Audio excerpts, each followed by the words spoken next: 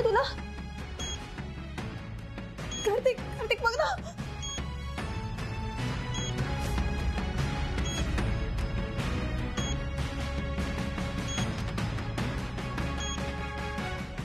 इंद्राजी काहीतरी बोलते दीपू.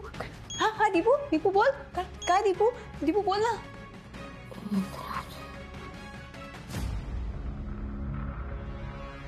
इंद्राजी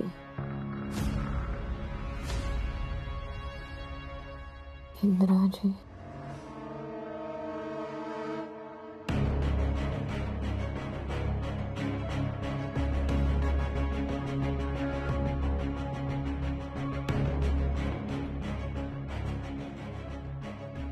इंद्राजी यांना शुद्ध आली, यांना शुद्ध आली. इंद्राजी दीपू, दीपू भाऊजींचं नाव घेते रे.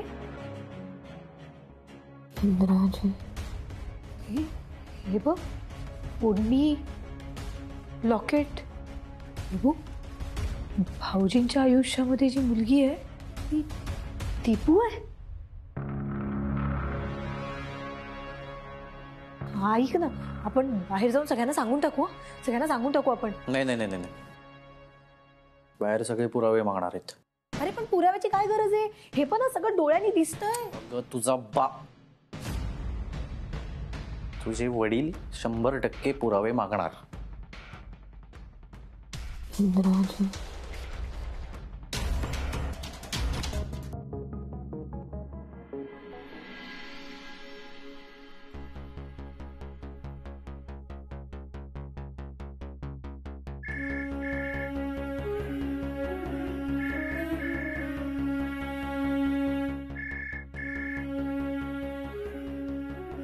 हॅलो इंद्रा. हॅलो. अरे तू कुठे आहेस? त्यांना शुद्ध आली, त्यांना शुद्ध आली. एक मिनिट, काय झालं? तुमच्या पेशंटला शुद्ध आली.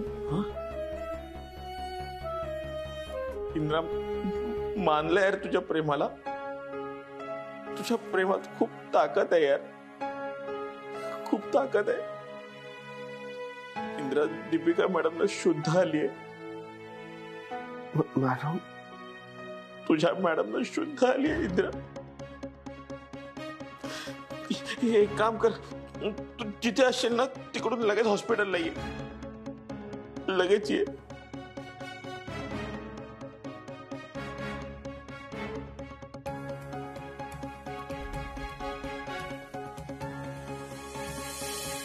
डॉक्टर, डॉक्टर देशपांडे ना? हो हो हो हो. काय देशपांडे, काय झालं? अहो तुमच्या पेशंटला शुद्ध आली आहे. डॉक्टर, डॉक्टर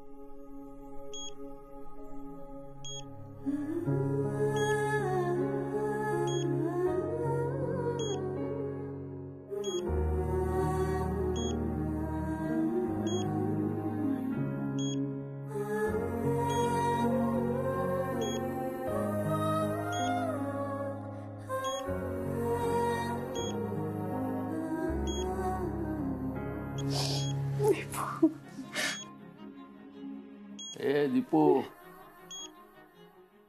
केवढं घाबरवलंस आम्हाला. देवाशी भांडण केलं आम्ही. काय काय बोललो त्याला. माफ कर रे देवा. नको नको ते बोलावं लागलं तुला. सॉरी. दीपू, तुला माहितीये आम्हाला सगळ्यांना किती घाबरवलंस ते.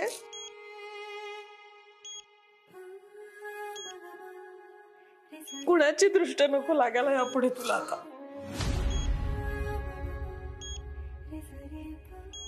दीपू पटकन बरी हो. अगं माझी बँकेची 2-3 कामं अडलीत. तू मला नेहमी मदत करतेस कधी. चल आता पण मदत कर. चल उठ लवकर.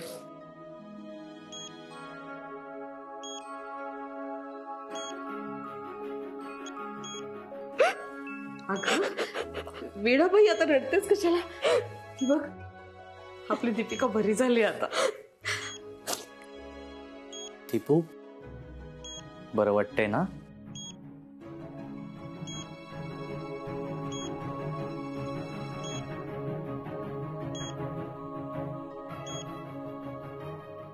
Excuse me.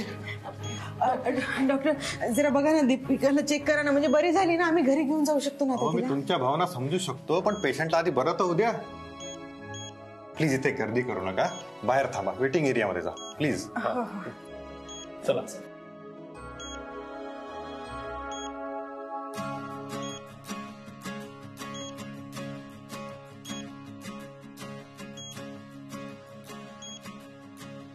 Excuse me.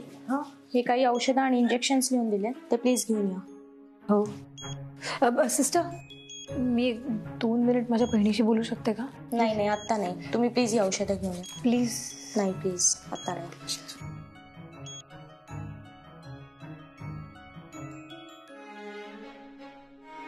त्या औषधांची लिस्ट कशाला घेतलीस ग? पैसे आहेत का तुझ्याकडे? माझ्याकडे पैसे बिशे काय नाही. बघ तुझं तू काय ते. हे वेडास का तू?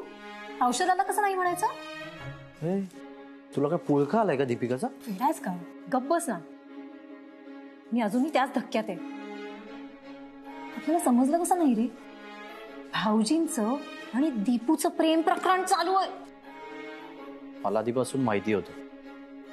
तुझी बहीण दीपिका साधी बोळी नाहीये. एक नंबरची गेमर आहे. गेमर. भाऊजी पण काही कमी नाही आहेत. आता कळलंय ना ते. सोड ना.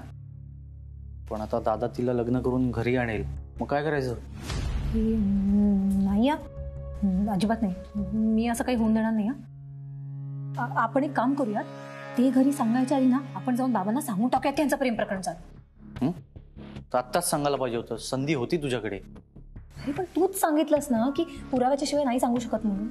अरे पण सांगून टाकायचं ना. विषय संपवून टाकायचा एकदा. हो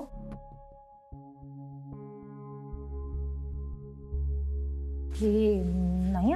अशा वेळेला मी जर काही सांगितलं ना तर मग उगीच मलाच दोष देणार सगळे. मग परत तेच चिडचिड भांडण आरडाओरडा. प्लीज नको. मला कंटाळा आलाय सगळ्या गोष्टींचा. हे बघ बेबू आता ना आपण जे काही करायचं ना ते एकदम थंड डोक्याने विचार करून हुशारपणाने करायचा. ऐक माझं ऐकणारच की नाही? बोल. हे बघ बेबू आता यापुढे आपण जे काही करणार आहे ना ते व्यवस्थित विचार करून थंड डोक्याने करायचं.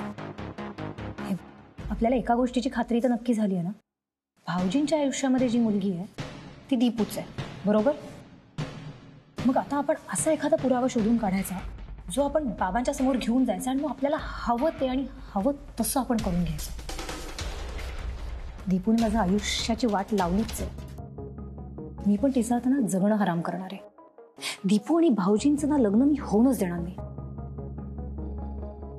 त्या दोघांना ना कसं मी माझ्या बोटावर नाचवते. चल औषध आणूया.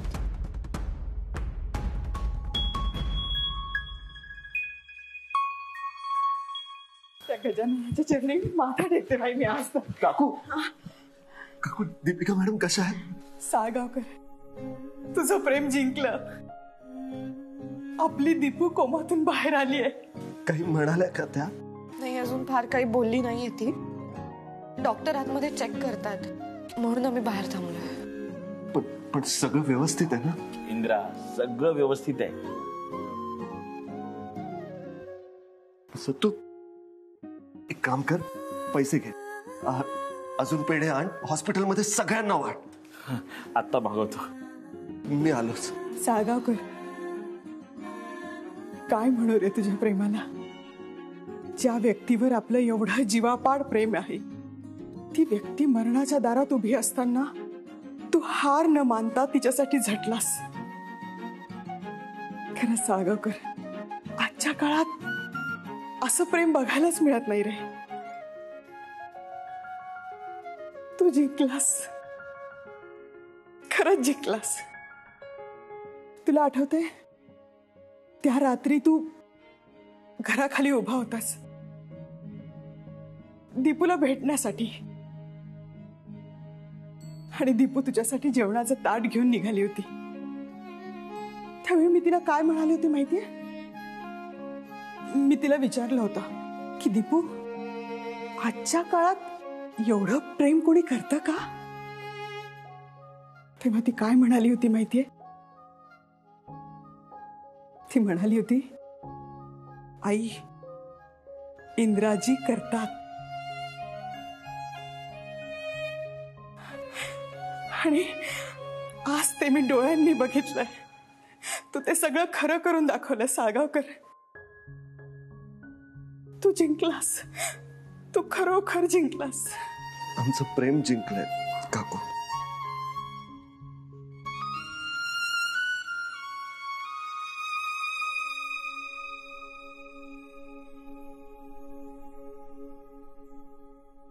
साळगावकर, तुम्ही अनवाणी का फिरताय?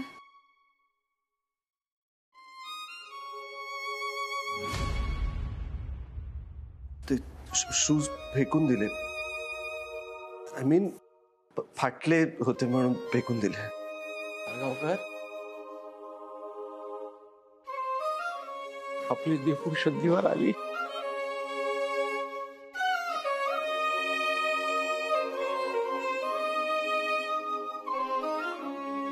दादू, हे काय लागलं?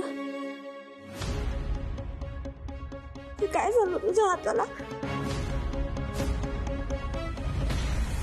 काय रे, काय केलं तू? नाही, काही नाही सर. ते माझ्या बाईकच्या सायलेन्सर मध्ये काहीतरी गेलं होतं, तेच बघत होतो सर. झटका बसला.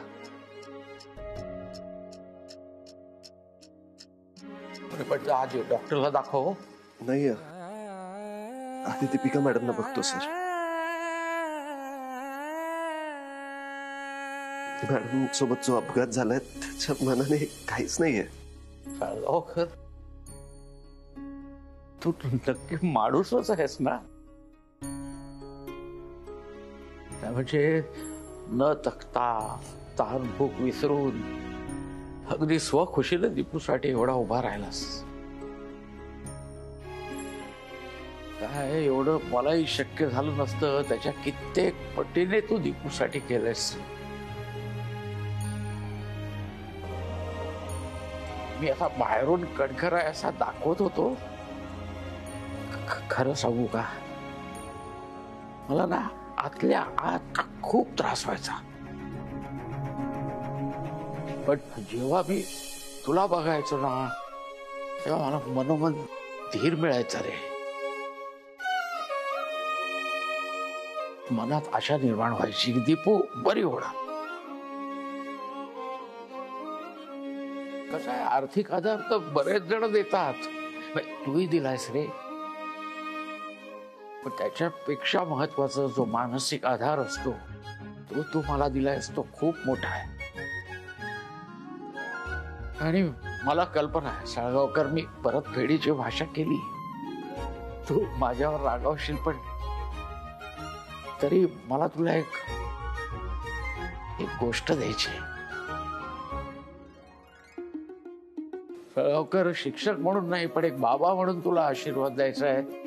तुझ्या मनातल्या सगळ्या इच्छा पूर्ण होत.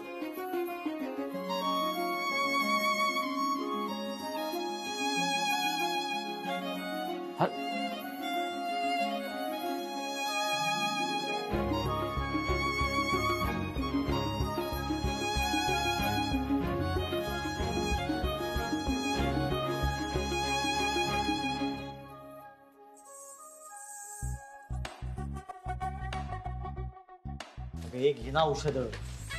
ओ माझी औषधं द्या ना आधी.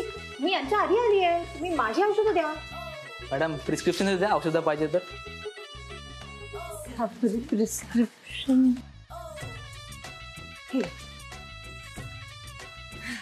दिलं, प्रिस्क्रिप्शन दिलं ते देतात औषध. ना पण नुसतेच काय वाचत बसलाय, औषधं पण द्या ना. मॅडम इथं प्रेमपत्र आहे, तुम्हाला औषधं पाहिजे होती ना. प्रेमपत्र? हो. Love letter लिहिलंस? लिहिलंस का तू? मी कशाला लव्ह लेटर लिही, काय पण उगीच. हो बघू मला लव्ह लेटर.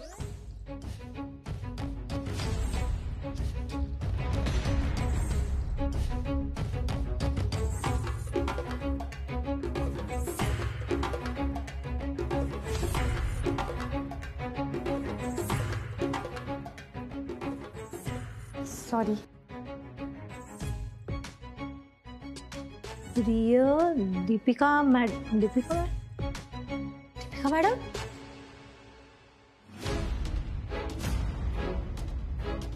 या इंद्राचं तुमच्यावर खूप प्रेम आहे हे वेगळं सांगायची गरज नाहीये. देवू, दीपूचं प्रेमपत्र. पुढचं वाचता येत नाहीये, पण हे बघ शेवटी काय लिहिलंय, इंद्रजीत साळगावकर. विभू, हे पत्र भाऊजींनी दीपूला लिहिलेलं प्रेमपत्र आहे.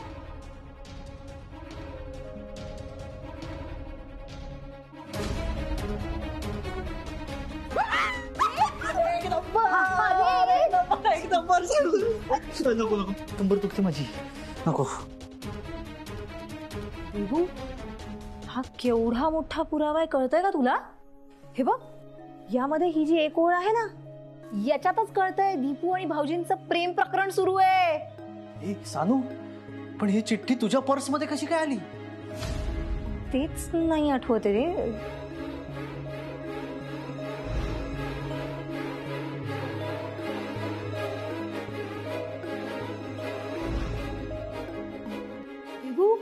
आपण जेव्हा बाबांकडे राहायला गेलो होतो ना, त्यावेळेला त्या ड्रॉवर मध्ये आय थिंक ही चिठ्ठी एक्सचेंज झाली आहे. शपथ बेबू, मोठा गेम लागलाय तुझ्या हाताला. देवाने ना छप्पर फाडके दिया है कुछ. हो ना. हे पण तू आता काय करणार आहेस? काय करायचं म्हणजे? अरे बाबांना हे प्रेमपत्र मिळाल्यावर काय होणार आहे समजतंय का तुला? अरे तुझा बाबा दीपिकाची वरात काढतील, वरात. प्रेम प्रकरण वगैरे त्यांच्या तत्वात बसत नाही ना. खरंय बेबू. आणि आता ना फायनली मला न्याय मिळणार. यस, मला न्याय मिळणार. मॅडम तुम्हाला औषधं पाहिजे का नको? हो पाहिजेत. एक मिनिट दीपू, पकड, सांभाळ.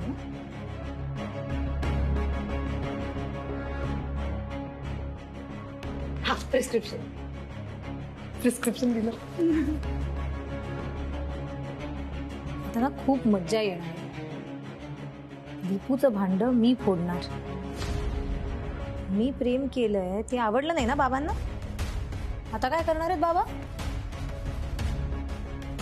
दीपू, आता मी तुला धडा शिकवणार आहे.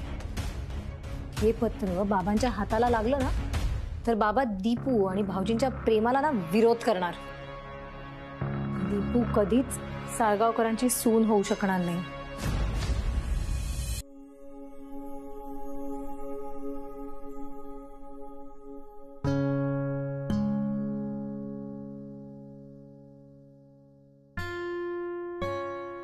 आई,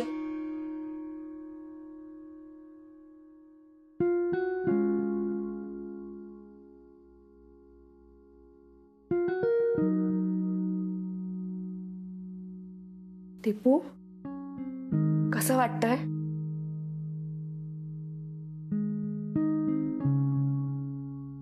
दीपू, जीवाला घोर लावला होतास ग आमच्या.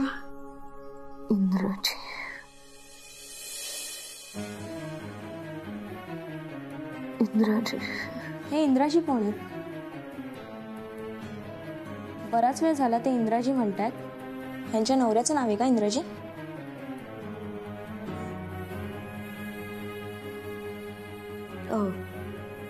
सिस्टर, दीपू कधीपर्यंत बरी होईल?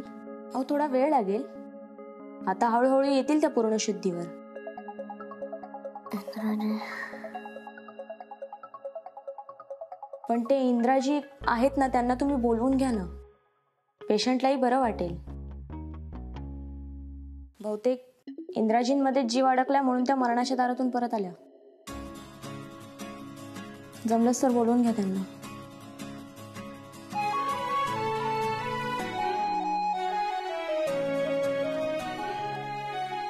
इंद्राजी, इंद्राजी.